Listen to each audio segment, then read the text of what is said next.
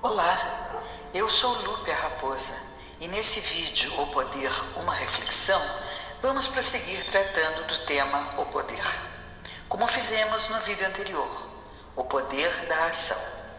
Vamos ler trechos do livro O Príncipe de Maquiavel e ao final do vídeo faremos uma prática de soltar sobre o desejo profundamente humano de controlar e comandar pessoas e situações em nossas vidas.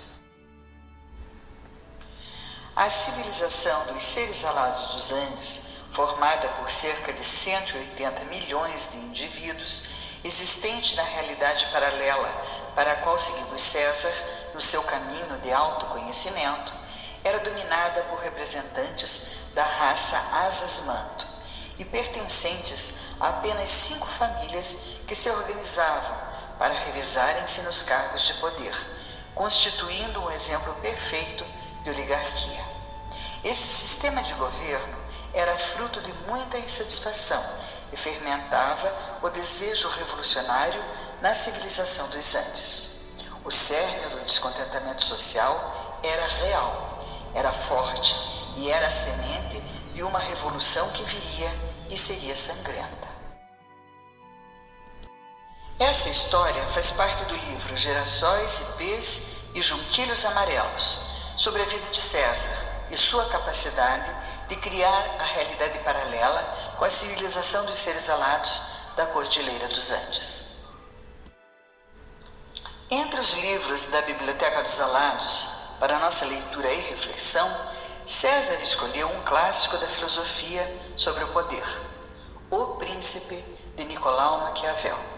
E nas trilhas do texto do filósofo renascentista, escolhemos trechos sobre os 2 tipos de principados que nos pareceram mais relacionados ao poder na sociedade dos seres alados e ao poder nas sociedades ocidentais contemporâneas. São eles, dos principados eclesiásticos e do principado civil.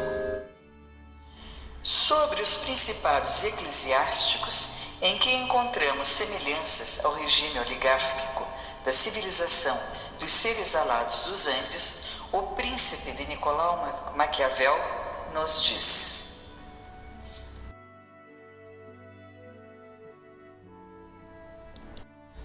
em relação a estes, as dificuldades só existem antes de se entrar na sua posse, pois se conquistam pelo mérito ou pela boa sorte, mas sem um e outra se mantém. É que estes são sustentados pelas instituições antigas da religião, as quais são tão poderosas e qualificadas que asseguram o poder aos seus príncipes, seja qual for a sua maneira de proceder e viver. Apenas estes têm estados e não os defendem, súditos e não os governam.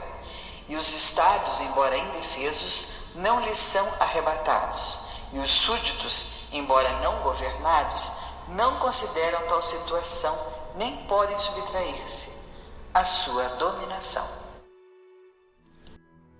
As semelhanças que encontramos com o poder oligárquico da civilização dos seres alados dos Andes está em serem os seus governantes também herdeiros da coroa, ungidos de poder por herança de sangue, ou por pertencerem a uma classe de indivíduos particular, específica, que lhes assegura e aos seus pares e consanguíneos o direito ao poder, por arraigada crença da sociedade em uma determinação sobrenatural, divina, que os torna especiais. Entre os alados dos Andes, havia a questão do poder dos Asas-Manto de voarem muito mais alto e produzirem o alimento sagrado, um privilégio que era a garantia da sua permanência, da permanência da raça dos Asas-Manto no eterno cargo do poder. Sobre os principados civis, semelhantes aos governos das sociedades ocidentais contemporâneas, o Príncipe de Nicolau Maquiavel nos diz: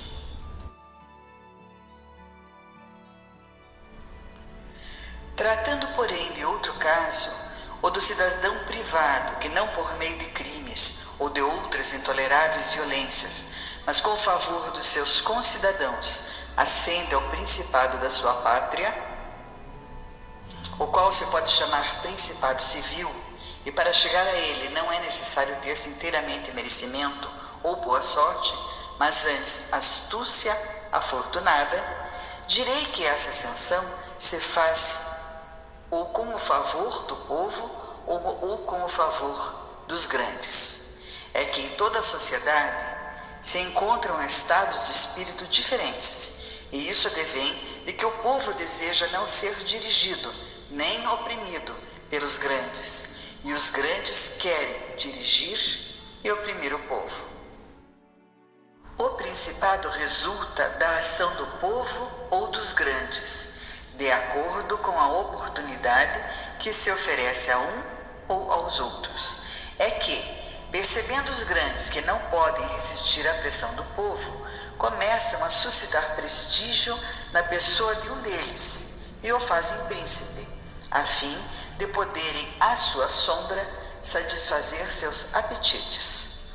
O povo, por seu lado, vendo que não pode resistir aos grandes, suscita prestígio na pessoa de alguém e o faz príncipe, a fim de se defender com a sua autoridade.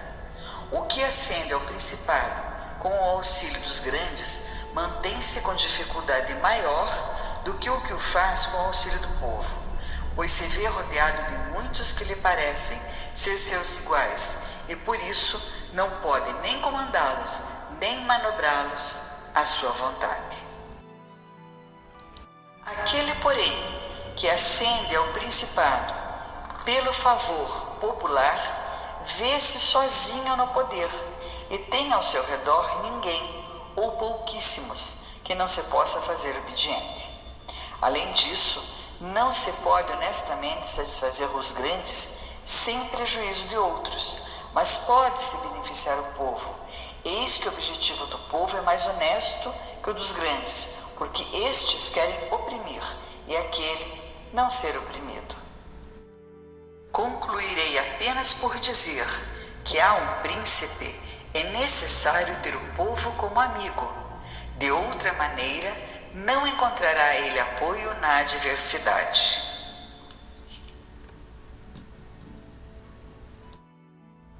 E não queira alguém refutar essa minha opinião com aquele conhecido provérbio, segundo o qual quem se alicerça no povo, alicerça-se no barro. Essa sentença é verdadeira quando o cidadão privado no povo se apoia e espera dele que o acuda ao oprimirem-no os inimigos ou os magistrados. Sendo o caso, porém, de um príncipe, aquele que nele se apoia e o possa dirigir, e que seja homem animoso e não se encolha diante da adversidade, que não descure de demais cautelas e com sua fortaleza de ânimo e determinações próprias anime todos, este jamais se verá ludibriado pelo povo e verá que os seus alicerces foram bem fundados. Soem estes principados periclitar quando estão em transição do poder civil para o absoluto. É que, em tal caso, os príncipes ou governam eles próprios ou através dos magistrados. Esta última forma torna mais débil e perigosa a sua situação, porque nela estão totalmente dependentes da vontade dos cidadãos investidos nas funções de magistrados, os quais, principalmente nos tempos adversos, podem retirar-lhes com facilidade o poder, quer atacando-os, quer não lhes obedecendo.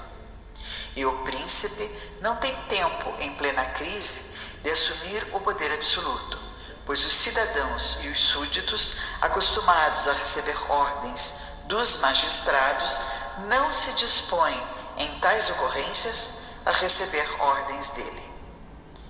E haverá sempre, nos tempos duvidosos, falta daqueles nos quais se possa confiar. Tal príncipe não pode basear-se no que se vê nos tempos pacíficos, quando os cidadãos precisam do Estado, porque todo mundo acorre, todo mundo promete, todos querem morrer por ele, quando a morte não se mostra. Mas nos tempos adversos, quando o Estado é que precisa dos cidadãos, então poucos são encontráveis, E essa experiência é tanto mais perigosa quando não se pode fazê-la senão uma vez. Por isso, um príncipe prudente deve pensar numa maneira de fazer com que os seus cidadãos, sempre e em qualquer circunstância, tenham necessidade do Estado e dele, com o que lhes serão depois sempre fiéis. Agora, como deve comportar-se um príncipe com os súditos ou com os amigos? Muita gente imaginou repúblicas e principados que jamais foram vistos ou de cuja real existência jamais se teve notícia. E é tão diferente o como se vive do como se deveria viver, que aquele que desatente ao que se faz e se atém ao que se deveria fazer, aprende antes a maneira de arruinar-se do que a de preservar-se. Assim, o homem que queira em tudo agir como bom, acabará arruinando-se em meio a tantos que não são bons. Daí ser necessário a um príncipe para manter-se, aprender a não ser bom e usar ou não usar o aprendido de acordo com a sua necessidade. Todos compreendem como é louvável num príncipe manter a fé e viver com integridade, não com astúcia. Entretanto, os fatos de nossos dias mostram que há príncipes que realizaram grandes coisas sem que tivessem em demasiada conta a fé da palavra empenhada e souberam, pela astúcia, mudar a opinião dos homens e que, por fim, superaram aqueles que fundaram seus atos na lealdade. Depois, deveis saber que há duas maneiras de combater, uma com a lei, outra com a força. A primeira é própria do homem, a segunda dos animais. Como, porém, a primeira muitas vezes não seja suficiente, convém recorrer à segunda. Nunca faltaram a um príncipe razões legítimas com que mascarar as inobservâncias. Os homens, em geral, julgam mais com a vista do que com o tato. Eis que ver é dado a todos, sentir a poucos. Todos veem o que parece ser, poucos sentem o que és. E estes poucos não ousam opor-se à opinião dos muitos, que contam com a majestade do Estado para a sua defesa e bem-estar. Nasce disso tudo uma questão, a saber, é melhor ser amado do que temido ou o contrário? Responder-se-á que se desejaria ser uma e outra coisa, mas como é difícil casá-las, é muito mais seguro ser temido que amado, quando se haja de optar por uma das alternativas. É que dos homens pode-se dizer geralmente o seguinte, que são ingratos, volúveis, dissimulados, esquivadores dos perigos, ambiciosos de ganho, que enquanto os beneficiais são inteiramente teus, oferecendo-te o próprio sangue, os bens, a vida, os filhos, desde que não se mostre a necessidade disso. Quando, porém, ela se apresenta, eles se vão. E o príncipe que haja confiado inteiramente na palavra dada, perde-se, se estiver desprevenido de outras medidas, pois as amizades baseadas no interesse e não na grandeza e nobreza da alma, não se têm à altura do que se merece, e na ocasião necessária não se podem usar. E os homens receiam menos ofender aquele que se faz amar do que aquele que se faz temer. O amor mantém-se vinculado à gratidão, e esse vínculo, por serem míseros os homens, rompe-o toda ocasião conveniente, ao passo que o temor é mantido pelo receio aos castigos e jamais faz com que te abandonem. E assim chegamos ao fim da leitura dos trechos do livro O Príncipe de Maquiavel. É de se esperar que tais ditos sobre os governantes e sua conduta para manterem-se no poder nos cause choque e repulsa. Os conselhos descritos podem ser percebidos como cínicos, mas é forçoso reconhecer sua exatidão. E fica ainda pior quando somos forçados a admitir sua absoluta contemporaneidade, o quanto são presentes e atuais. Com essas reflexões, vamos para o exercício do soltar. Vá para algum lugar com privacidade e silêncio. Sente-se com o corpo ereto, as costas amparadas por um espaldar alto. Apoie os pés no chão. Respire tranquilamente, pausadamente e ritmadamente. Preste atenção à sua respiração. Tranquilize a mente. Afaste os pensamentos. Com delicadeza. Não force nada. Continue assim um pouquinho mais, prestando atenção à sua respiração. Agora que já está calmo e completamente relaxado, escolha um tema, um assunto ou situação que você identifique como uma necessidade de controle, de poder, e que deseje tratar. E foque sua atenção nisso. Pode ser qualquer coisa. Feche os olhos. Pense sobre esse tema ou sobre essa situação que está perturbando você. Perceba os seus sentimentos, as suas emoções. Reconheça o que quer que haja. Não sufoque, não ignore, não tente diminuir ou evitar o que você sente. Você apenas deve deixar vir. Deixar crescer em você essa emoção. Observe-a. Não se identifique com a emoção. Observe-o apenas. Dê-lhe as boas-vindas.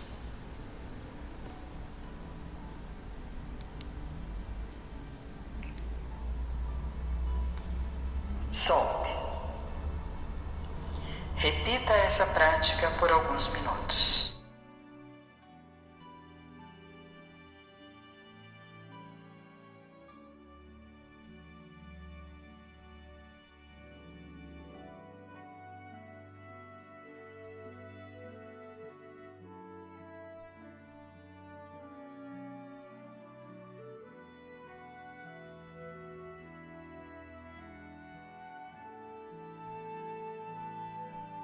Muito obrigada a todos que estiveram conosco até aqui. Até o nosso próximo vídeo.